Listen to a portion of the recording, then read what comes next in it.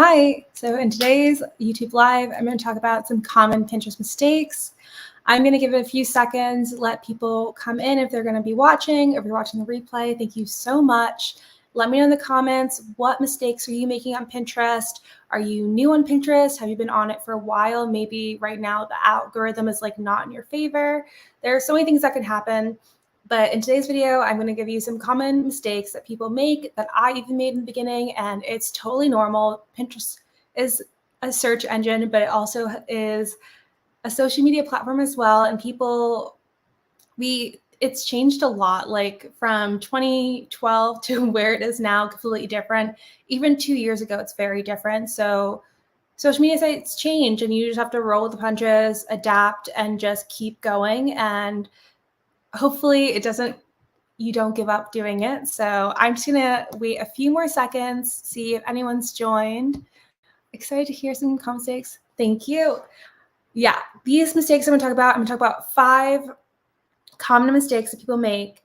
And let me know if you made them in the comments. You can reply like, oh, I did that, or oh, that's me. Or if I didn't talk about a mistake that you've made, put it down below. Maybe you can help someone else out who's trying to use Pinterest.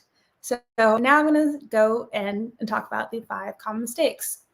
So the first one is something, if you watch my videos before, you'll know what I'm about to say, is not using the right keywords on your pins. So Pinterest is a search engine. Think of it like Google visual. I think all social media sites becoming search engines, but Pinterest started as a search engine. Like it's more than just a pretty place to put aesthetically pleasing photos or get ideas from. Like, yes, but it's also where people are looking for solutions to their problems, and it's a great platform to discover. But the way that people do that is using keywords, and keywords are things that your users are searching for. So summer recipes, or minimalist fashion, or best places to go in New York City. Like, those are keywords that your target audience is searching for. So if you start Pinterest and you just start pinning and you put any words in your text, in your titles, in your description, and you're not using keywords that would relate to your pin and what your blog post or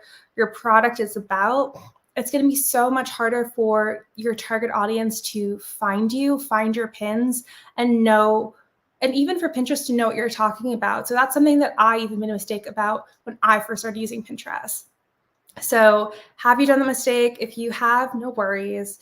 But you have to just make sure that Pinterest, again, is not about you, especially if you're using it to monetize or to market your business. It is about your users and your user experience. So when you're creating pins, think about, what are they searching for? What are they looking for? How is the content that I'm about to put out there going to be a solution for their problems, or going to be a thing that they see and be like, oh, that's what I need? Let me know again in the comments if that's been you.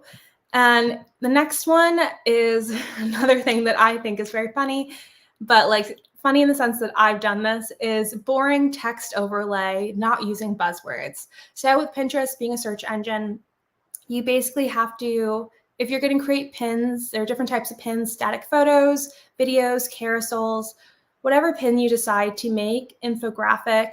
If you decide to add text onto your pin, so graphic text overlay, where you put your keywords on, you want to make sure that it is your hook, basically. So you want to make sure that it's interesting, that it has buzzwords. So instead of just saying like 5 Pinterest tips that you need to know, or 5 social media marketing tips, you need to do like 5 best social media marketing tips that transform my business. Or like, if you're a food blogger, maybe 10 quick and easy 30-minute meals that your kids will love. So that's more exciting than just 5 quick meals. You want to add a little like pizzazz or spice into your text words, because since it's not, Pinterest does have video, but since it's not a video, you need to hook your audience in the 3-second scroll, because people are either scrolling on their desktop or on their phone, and they're seeing tons of pins at once. So how is your pin going to stick out? And it's not just with the text. You could even do it with the colors. If you have bright colors, maybe if your video, you have a little animation with the text, like something that's going to grab their attention and stick you out and like put you against the crowd, basically. So things that I use are like secrets to success, must have, best, quick, easy. You could just even do like ChatGPT. You could just, or just online, like look up hooks and keywords that people are using. Another great thing to do is, which I started to do, is instead of looking at people in your niche, which you should just to see like what's popular, look at other niches and see what buzzwords are they using? How are they formatting and styling their pins? What is the first top two wow, I can't say that.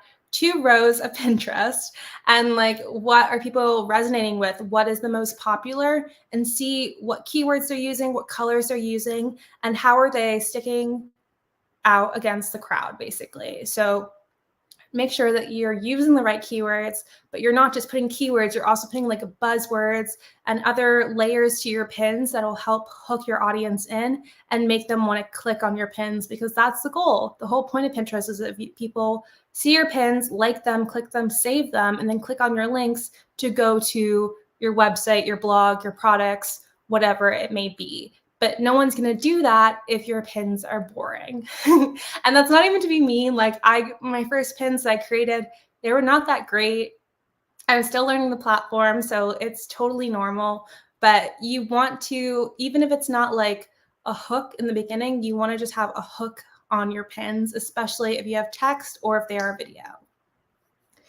So the next one that will go along with this is ignoring Pinterest trends. So Pinterest trends, I have tons of videos about this. I can link it below. But Pinterest trends is basically another tool that Pinterest has that's so great. I think it came out like 2 years ago, where it's a database in Pinterest's platform where people go to find trending keywords, growing trends, seasonal, monthly, and yearly trends, I believe. And it's all different niches. So it could be from US, global, UK, Canada, whatever country you're in that Pinterest is on.